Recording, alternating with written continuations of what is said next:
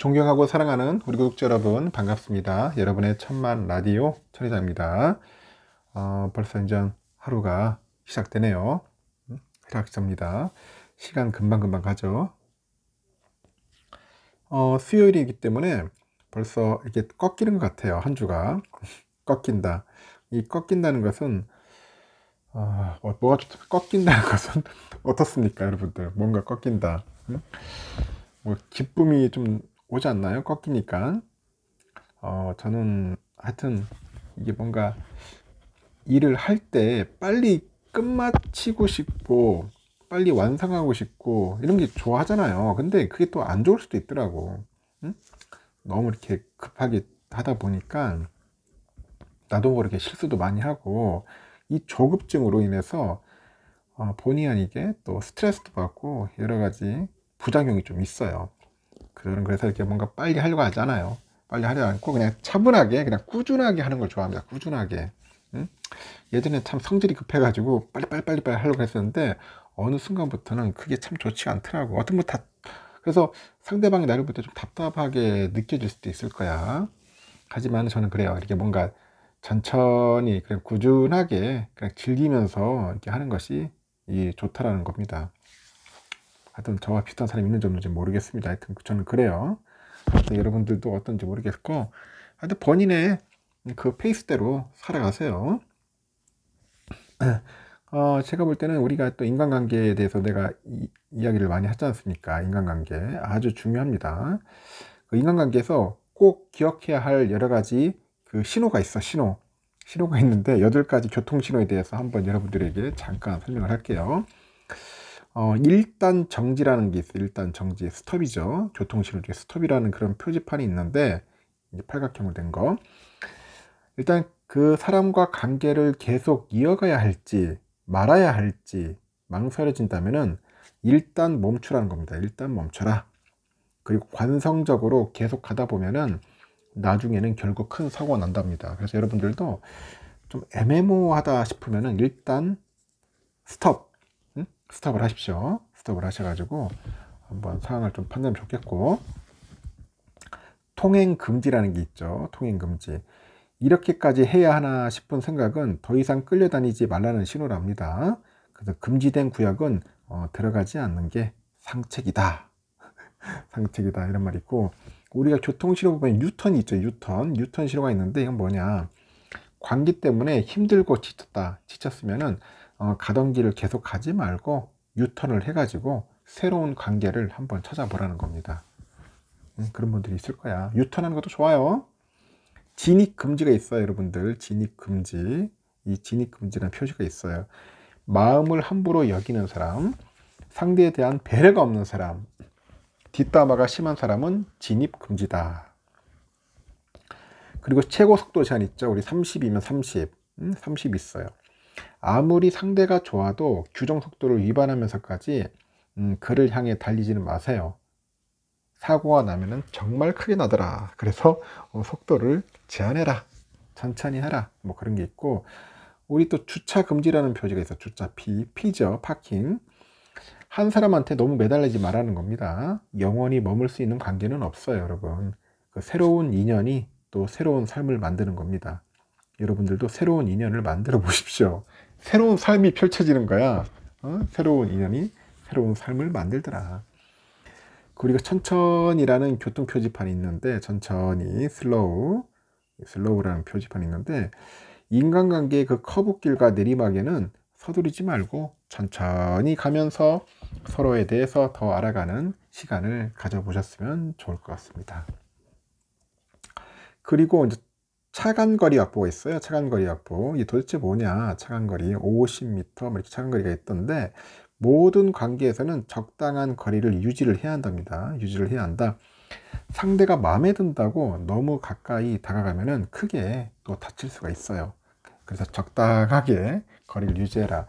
이 교통신호판이 오히려 우리 인간관계에 도움이 많이 주는 것 같습니다.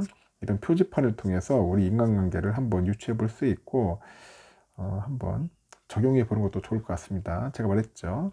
스톱, 통행금지, 유턴, 진입금지, 최고속도 제한, 주차금지, 서행, 차간거리 확보. 이렇다는 겁니다. 재미있는지 모르겠어요. 참 힘들어요. 인간관계라는 게 힘듭니다. 아무리 가까운 관계를 하더라도 이게 참 유지하기가 힘들어. 응? 보면 싸우기도 많이 하고 다투기도 많이 하고 뭐 시기 질투도 하고 그렇습니다. 진짜 좋은 사람은 오래 가는데 그렇지 않은 사람들은 그냥 빨리 손절하고 새로운 삶을 또 만드는 것도 나쁘지 않다고 생각해요. 삼성전자 관련된 이야기를 또 한번 해볼게요. 삼성전자가 고효율, 친환경, 뭐 초연결성을 이제 강화한 이제 비스포크, 이 비스포크 신제품을 앞세웠어요. 그래가지고 생활가전 시장에 불황 돌파에 나선다. 불황 돌파에 나선다고 하는데, 삼성은 올해 그 비스포크 판매량을 전년 대비 한 50% 이상 확대하는 등 수익성이 높은 프리미엄 가전 그 중심의 성장 전략을 이어갈 계획이라고 하네요.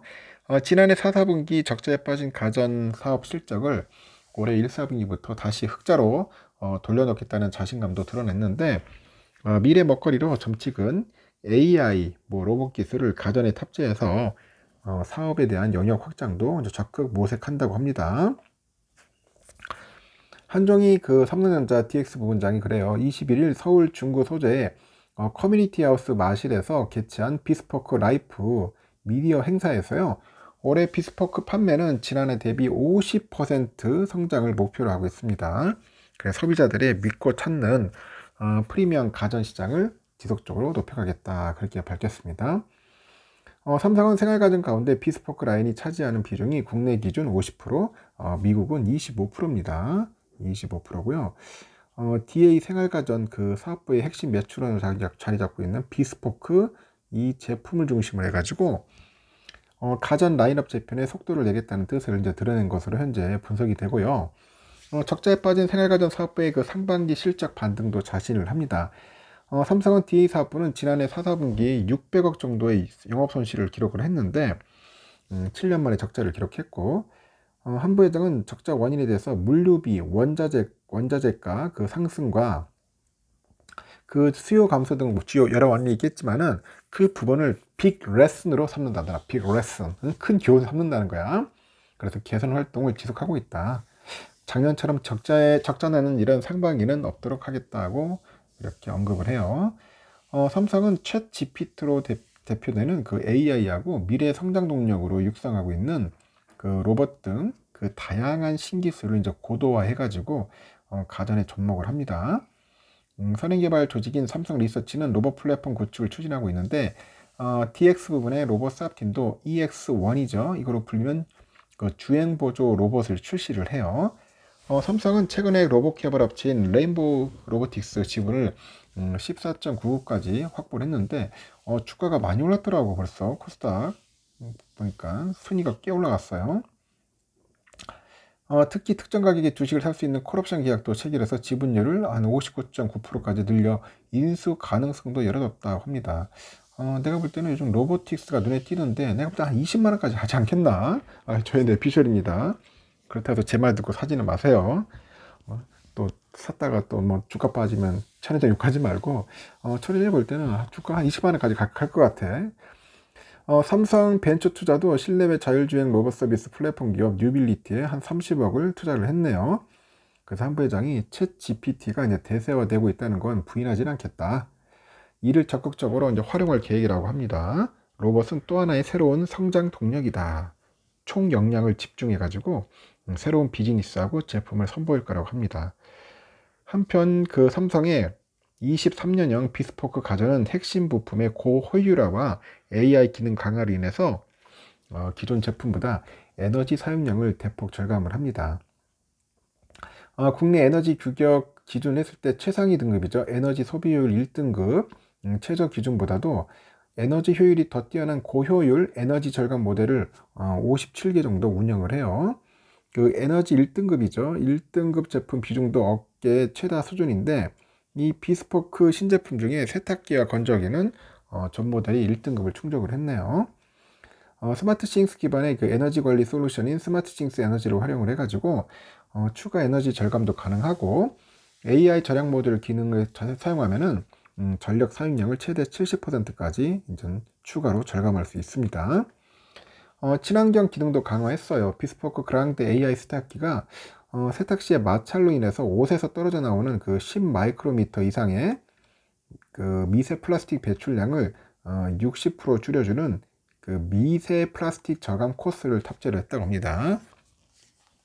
그래서 그 비스포크 에어컨에는 일회용 건전지가 필요 없는 그 솔라셀 리모트를 확대 적용을 했고, 삼성은 2030년까지 가전제품에 사용되는 플라스틱 부품의 50%의 재생 레진을 적용할 계획이다. 그런 이야기도 합니다. 미세 플라스틱 이야기 나와서 그러는데 상당히 이게 신경 쓰이더라고. 이게 물에 녹아 있어가지고 이게 몸에 쌓이다 보면 좋지 않겠죠. 참 큰일입니다. 미세 플라스틱. 그리고 삼성전자가 초광대역 기반의 근거리 무선 통신 반도체 엑시노스죠. 이 커넥트 U100, 이 U100을 공개를 했습니다.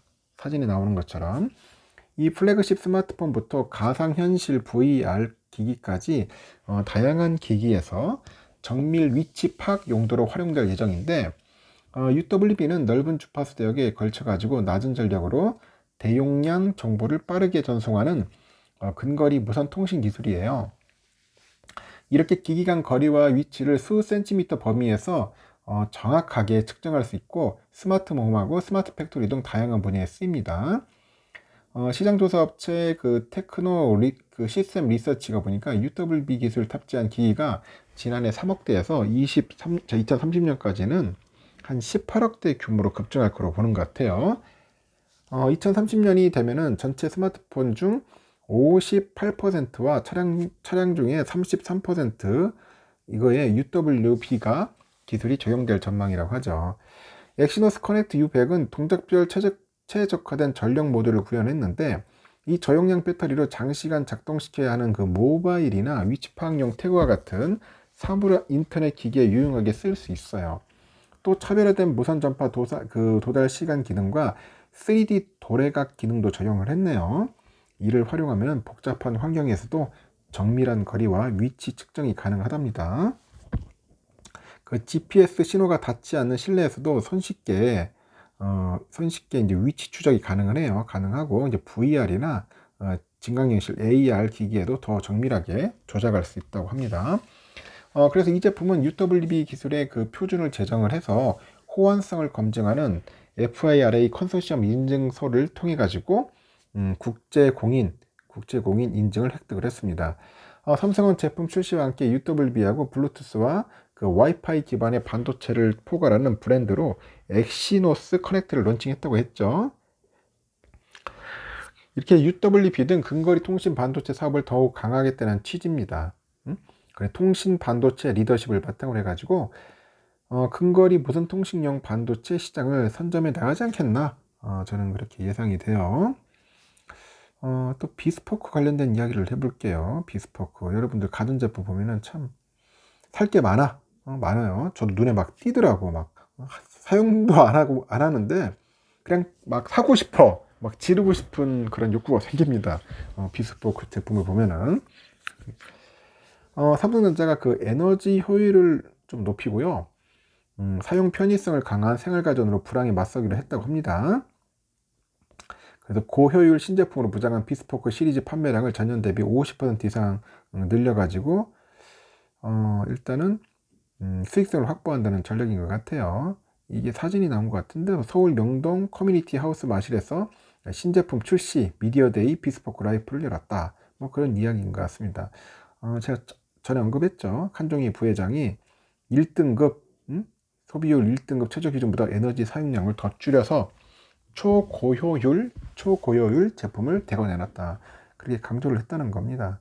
보니까 하여튼 적자만 안 났으면 좋겠어. 적자 보니까 지금 보니까 사람들이 좀 많이 쓰는 것 같아. 뭐 친환경 기능도 강화를 했고, 아까 말한 것처럼 지난해 4분기에는 600억 정도 영업 손실을 냈으니까 이번에 DA 사업부에서 실적 반등도 자신하니까 여러분들도 보시고 비스포크 제품 많이 애용해 주시면 좋을 것 같아요. 그리고 갤럭시 관련된 이야기를 잠시 해볼게요. 이번에 그 신작 스마트폰이죠. 갤럭시 S23 이 신작 효과 덕분에 삼성이 올해 스마트폰 판매 성적이 양호한 수준이라는 그런 시장 평가가 나오고 있습니다. 그 삼성전자의 부품을 납품하는 그 협력 업체들의 주가에도 호재로 작용할 것이다. 그런 분석도 있고, 삼성전자 올해 1분기 스마트폰 판매 대수가 약 6,260만 대 되는가 봐요. 종전 추정이 부합을 하고 전년 같은 기간 보니까 한 15.7% 정도 감소를 했죠. 전분기 대비 7.7% 증가한 것은 약간 긍정적인 상황이라고 이제 언급을 하네요. 특히 갤럭시 S23 출시를 통해서 초기 판매 덕분에 영업이익이 전분기 대비 116.4% 늘어나가지고 368조 원을 기록을 하고요. 시장 컨센을 상회할 것으로 추정이 됩니다. 전년 동기 대비 3.6% 감소한 수치예요.